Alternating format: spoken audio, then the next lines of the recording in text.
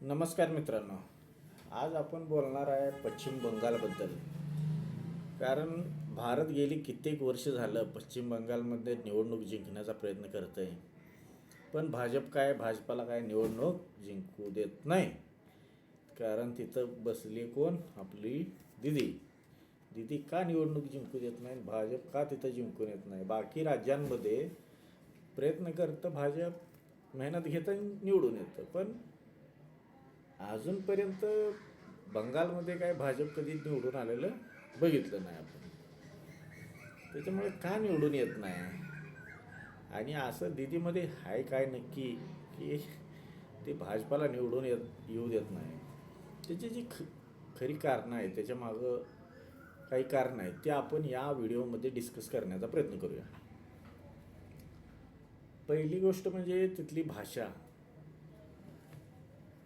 भाषा म्हणजे कसं होते, आपलं समजा बाकीच्या पूर्ण देशामध्ये कसं आहे की कोणताही नेता हिंदीमध्ये बोलला बाहेरचा जरी, तरी आपल्या महाराष्ट्रातील लोकांना आरामात कळतं. तसं पश्चिम बंगालमध्ये बंगाली ही मेन भाषा आहे आणि तिथं जास्त जी लोकं आहेत ती बंगाली भाषेतच बोलतात आणि त्यांना बंगालीच कळते जास्त करून लोकांना. तिथं ज्यावेळी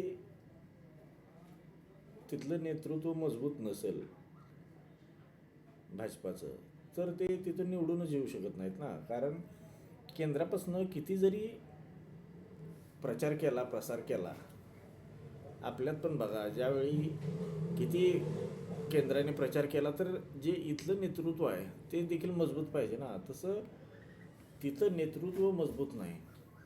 आणि दीदी एक आहे ती डेअरिंगबाज दीदी आहे. म्हणजे तुमच्या लक्षात आहे का बघा, मध्ये काय केलं होतं, एकदा ईडी पाठवली होती दीदीची चौकशी करायला.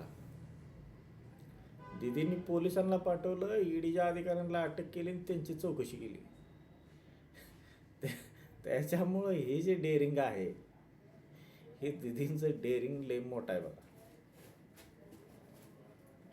आता तुम्ही विचार करू शकता की जी ईडी ममता दीदींची चौकशी करायला तिथे गेली होती, पोलिसांकडून आपली चौकशी करून घेऊन आली. याच्यावरून ममता दीदीचं डेअरिंग तुम्हाला कळून येतं. आणि ही डेअरिंग काय? कारण ममता दीदीची जी पकड आहे, तिथल्या जे स्थानिक कार्यकर्ता आहेत, तिथली जी नेते लोक आहेत, दुसरे स्थानिक लोक आहेत आणि राज्यातील लोक आहेत, त्यांच्यावर त्यांची पकड एकदम मजबूत आहे.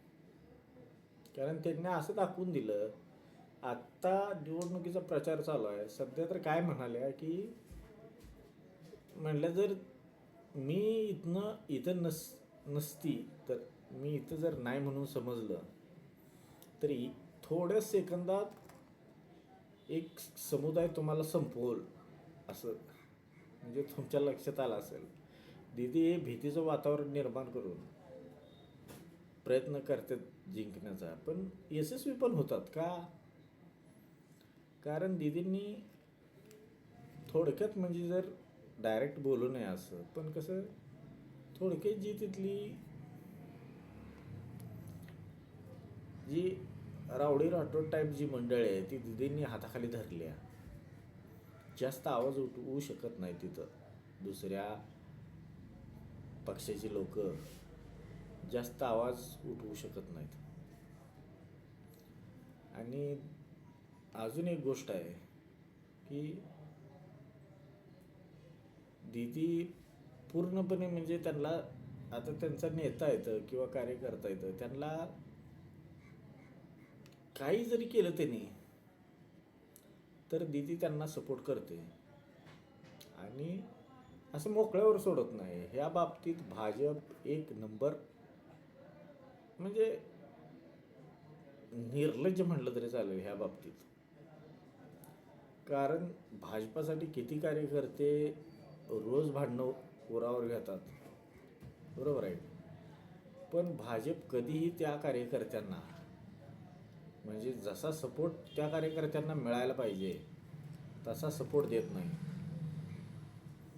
आणि पश्चिम बंगालमध्ये तर नुसतं आपले कार्यकर्ते, त्यांच्यावर आरोप होतो लय वेळा की किती आपले कार्यकर्ते मेले ह्याचा फक्त आकडा ते दर निवडणुकीत सांगायला विसरत नाहीत.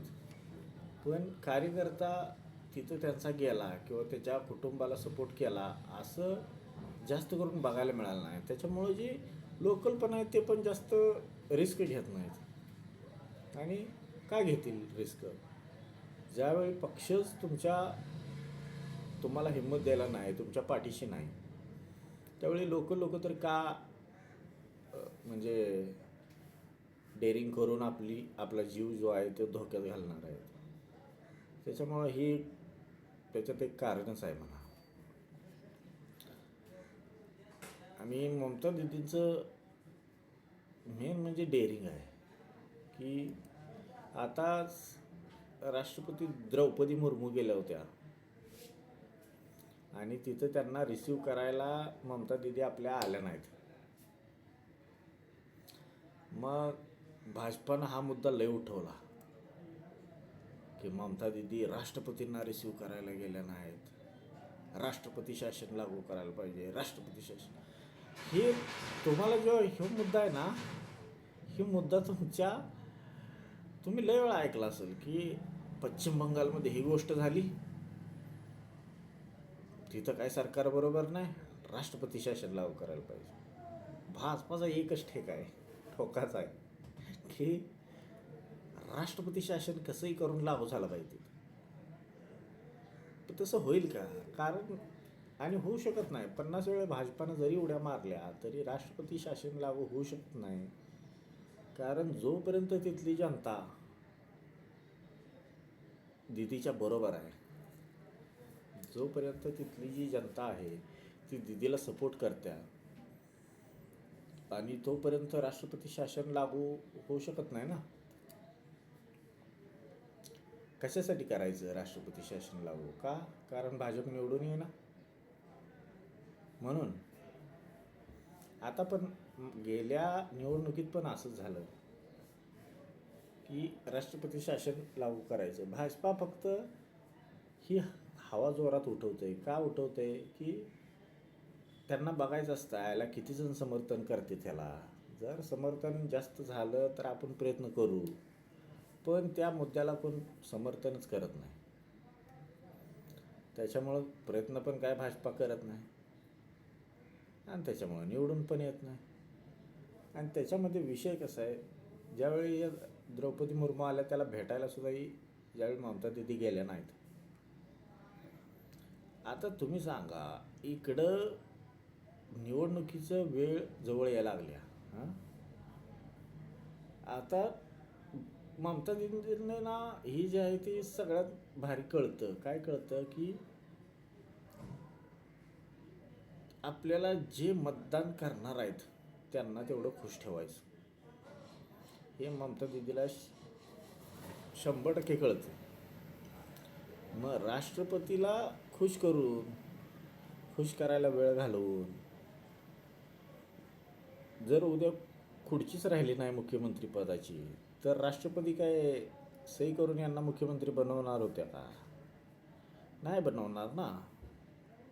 ममता दीदींनी डायरेक्ट म्हटलं की राष्ट्रपती एकदा आल्या, दोनदा आल्या तर आम्ही स्वागताला जाणार ना स्वतः. पण जर 50 वेळा यायला लागलं तर आम्ही पण रोज काय स्वागताला जाऊ शकतोय का? नाही. पण भाजपाने ह्याला कसं भारताच्या राष्ट्रपतीचा अपमान. अरे ही असली बारकी